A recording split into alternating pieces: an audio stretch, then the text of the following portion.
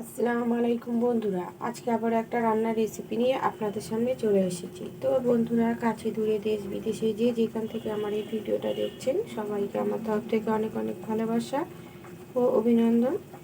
Nishad kitchen and blog চ্যানেলের তরফ থেকে সবাইকে অনেক অনেক ওয়েলকাম। তো বন্ধুরা, আজকে আমি বাঁধাকপি দিয়ে ডিমের একটা দারুণ রেসিপি বানিয়ে আপনাদের সঙ্গে শেয়ার করব। আপনারা পুরো ভিডিওটা দেখতে থাকুন। এখানে বাঁধাকপি আর ডিম নিয়ে নিয়েছি, আর অন্যান্য উপকরণগুলো তো আছে। এখানে আমি একটা মিক্সার নিয়ে নিয়েছি। প্রথমে আমি বাঁধাকপিগুলো মিক্সারের মধ্যে দিয়ে দেব, তারপরে ডিমটা ফাটিয়ে আমি মিক্সারের মধ্যে দিয়ে দেব।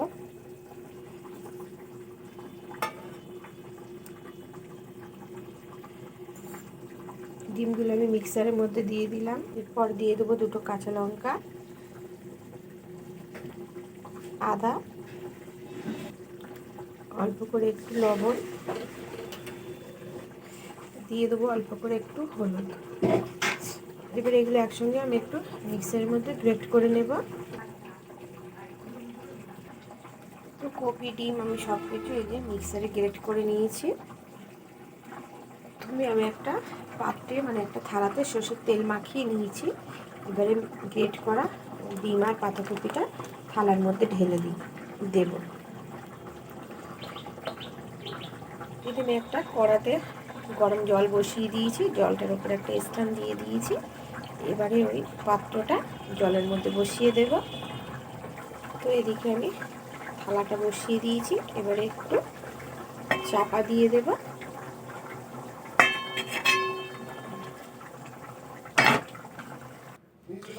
তো এটা সিদ্ধ হয়েছে কিনা এবারে আমি একটু কাঠি দিয়ে দেখব।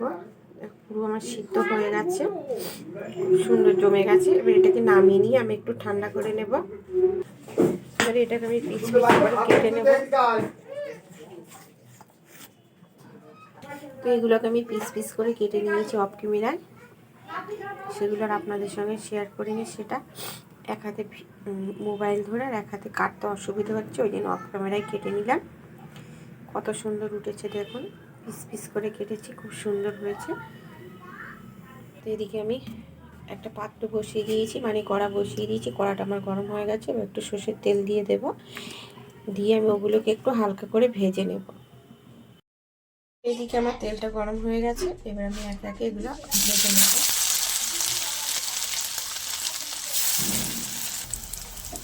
এগুলো আমার ভাজা হয়ে গেছে, এবার আমি তুলে নেব।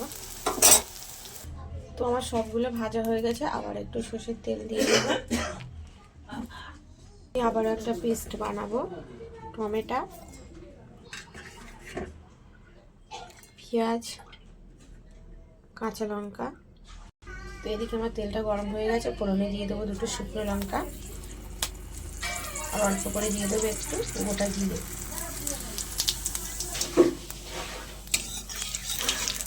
ফোড়নটা আমার হয়ে গেছে, এবারে যে মশলাটা পেস্ট করেছি দিয়ে দেবো ওই মশলার পেস্টটা।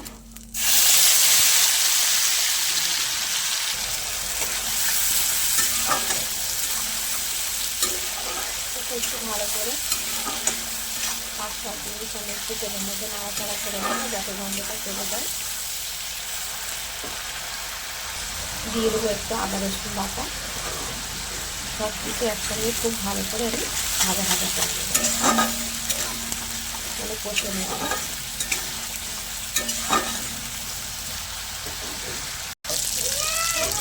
খুব ভালো করে এটাকে আমি একটু তেলের সঙ্গে আমি ভালো ভালো করে নিয়েছি। এবারে দিয়ে দেবো কিছু গুঁড়ো মশলা, দিয়ে দেবো হলুদ গুঁড়ো, দিয়ে দেবো জিরে গুঁড়ো, ধনে গুঁড়ো, কালারের জন্য দিয়ে দেবো একটু কাশ্মীরি লঙ্কার গুঁড়ো, দিয়ে দেবো সামান্য পরিমাণে একটু জল। এবারে মশলাটাকে খুব ভালো করে কষে নেব।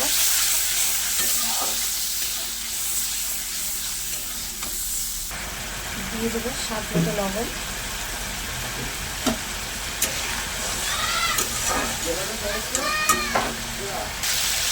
এই যে আমার মশলাটা খুব ভালো করে কষানো হয়ে গেছে, মশলাটাকে তেলে ছেড়ে দিয়েছে। এবার আমি দিয়ে দেবো পরিমাণ মতো জল।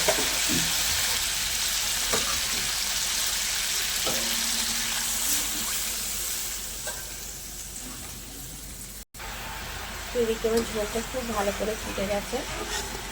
এবার আমি ভেজে রাখা ডিম আর হচ্ছে পাতাকপির বড়াগুলো দিয়ে দেবো।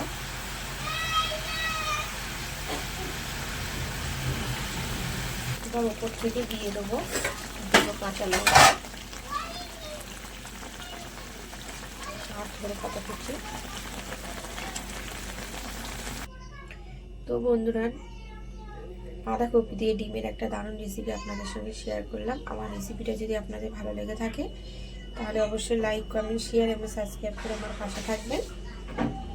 দেখা হচ্ছে অন্য কোনো রেসিপির সঙ্গে। ততক্ষণ আপনারা ভালো থাকবেন, সুস্থ থাকবেন আর সাবধানে থাকবেন। আজকের মতো আল্লাহ হাফেজ।